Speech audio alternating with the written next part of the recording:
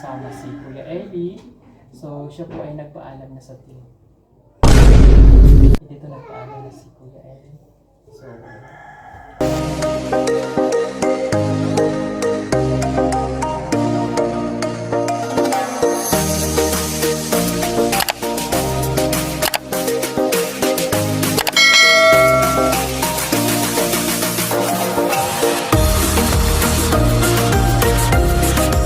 hello po mga kababayan, magandang tanghali sa inyong lahat. So nandito na ako ngayon sa bahay mga kababayan. Inaantay ko po sila si Sir Paul mga kababayan. Galing ako doon sa Bukirin mga kababayan sa 29. So nag-chat siya sa akin nga papunta daw sila dito at magdala daw sila ng package. So bumaba agad ako para masalubong ko sila. So, hanggang ngayon ay wala pa sila kasi malayo pa daw sila. So, abangan ko na lang sila dito mga kababayan at samahan nyo na lang ako mga kababayan sa pag-aantay nila ngayon dito mga kababayan.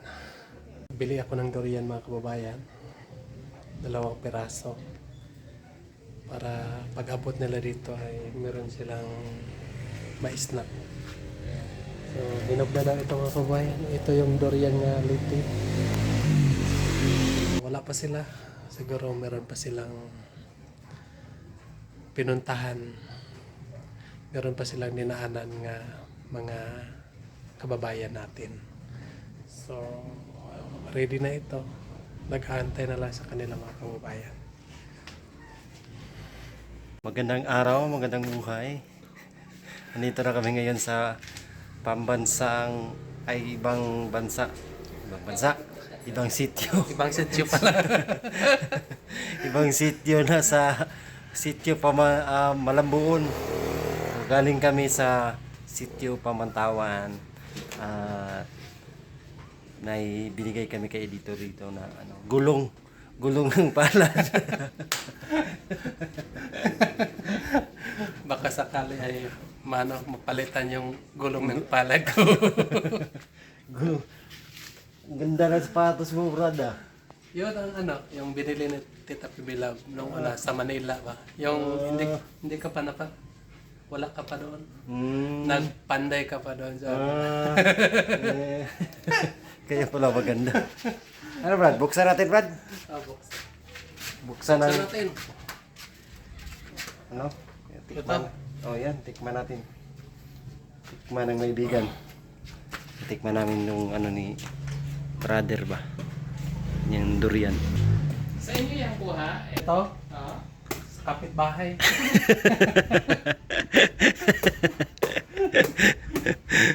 Kapitbahay pala yan. Ibang siya, no? Yung native sa amin, Brad. Iba din, Brad. Iba din?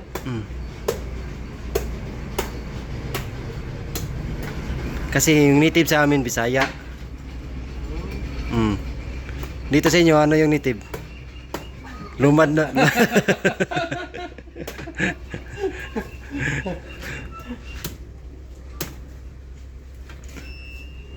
Pakialaman muna natin tong vlog ni Brother Edito.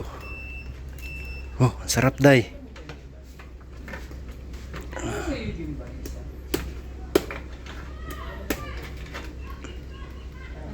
Yan. Bango amoy pa lang, oh. Ulam na. Wow, sarap.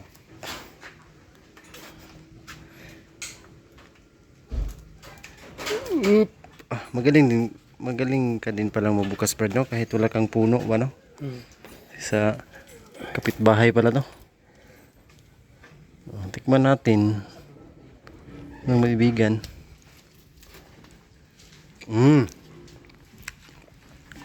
Tikman mo, Brad. Tapos na ako, kanina pa. Parang lang yan sa inyo. Iba yung lasa. Ibang lasa sa Lasang masarap.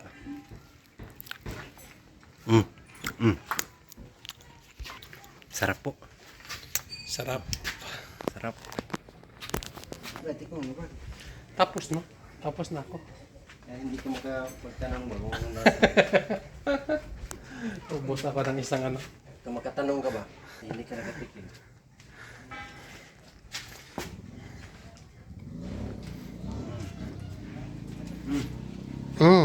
Grabe. Ayun mga kababayan, dito po kami sa bahay ni Edito ha. At kung ano ng mga pinagkakain namin dito. Meron po ditong durian. Yung durian niya po lasang langka. Ayun o. Ayan, durian. Lasang langka. Meron din po ditong rambutan. Tsaka lansones galing pa sa puno ni Edito. Malakas pong ulan dito sa kanila. Ayun o. Kasama po namin dito yung pinakabata. Ito ba? Ayan. Ito po kami sa kaila Edito. Umulan. Oh? Lakas ng ulan.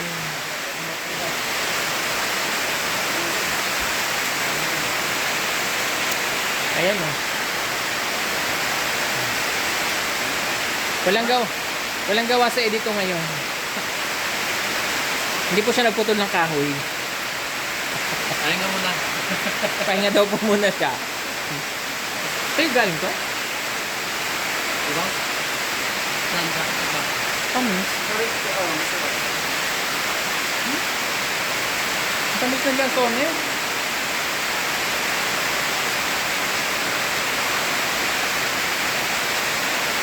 Ang tamis po ng lansones ni na Edito. Dito sa Mindanao, pag ganitong panahon, masarap po ang mga prutas. Kaya pagka gusto nyo magbakasyon sa Davao, taonin nyo na maraming prutas. Kasi, yung mga ganitong panahon, lami ang prutas.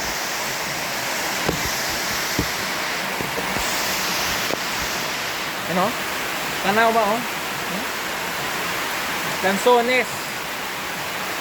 Lami tayo. Ano? Hindi siya maasim.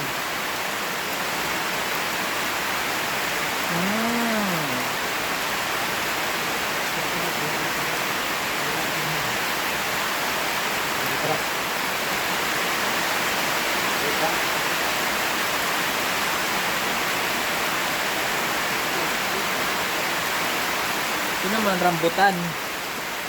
Lami ang rambutan.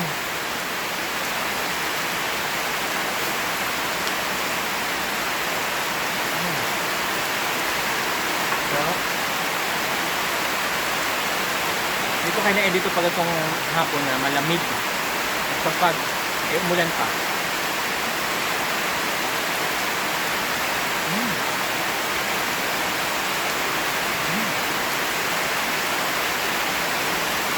Ganda.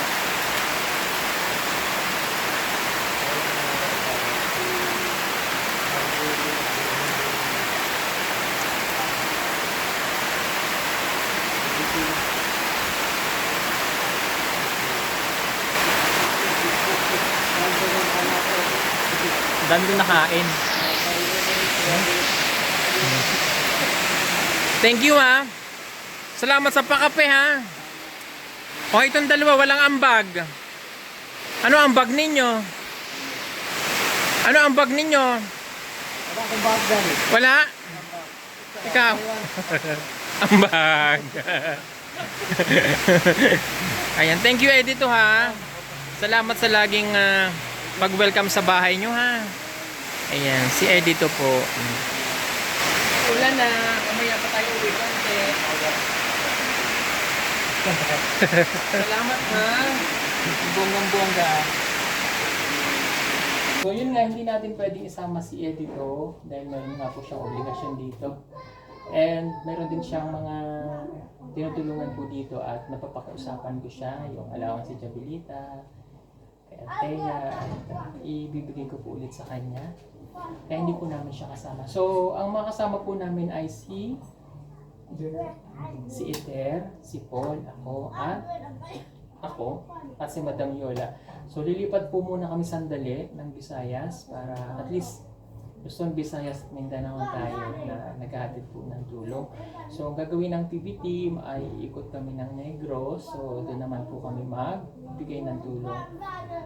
Abangan nyo po ang PB team dyan sa Visayas. And sana kahit lumipat kami doon pansamantala, ay masuportahan nyo pa rin po kami kahit wala po kami sa Mindanao. Ganon-ganon lang naman talaga kami.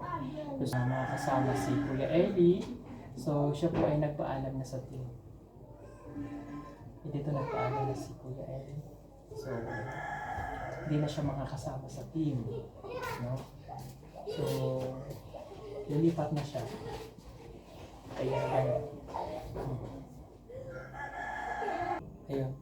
So, kami naman, ako naman, personal, syempre nalulungkot ako kasi hindi natin siya makakasama.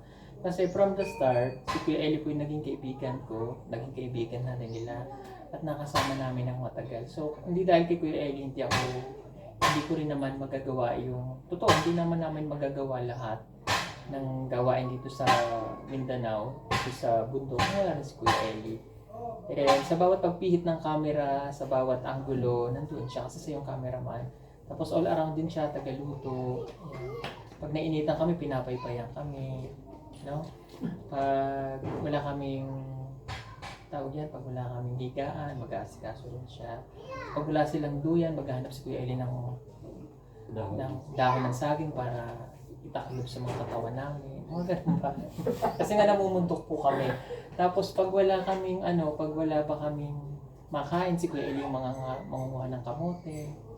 So, nakakalungkot pero yun lang masasabi ko. Dito. It's a prank.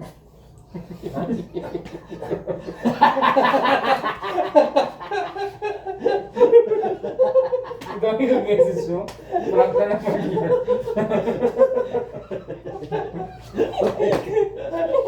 Pero napaiyak na siya. Alam mo totoo? Hindi, ang totoo niyan ay temporary lang. So si Kuya Eli po ay naka-leave of absence muna sa PPT. Ayan, nag-leave of absence muna siya kasi meron po siya. Palakpakan natin si Kuya Eli dahil meron siya negosyo! Yay! Ayan, si Kuya Eli po ay meron na siyang parlor. Ayan, ang pangalan po ng parlor niya ay St. Peter. Hindi dahil. Ha? St. Peter. Ano ba? Elegance. Elegance. Oo. Akala ko St. Peter lang eh. Akala ko Rolling Hills. Yun mga kababayan, so, umalis na po sila sa Paul. So, nag-iisa na lang ako dito mga kababayan. Kasi papunta pa sila ng Visayas. Iniwanan nila sa akin itong mga package para ako na lang ang magbigay. Kasi bukas ay papunta na sila doon. Sana po huwag niyong kakalimutan mga kababayan nga laging nagasubaybay sa amin PB team ng Davao. Yan lang, mag-ingat ka dyan palagi.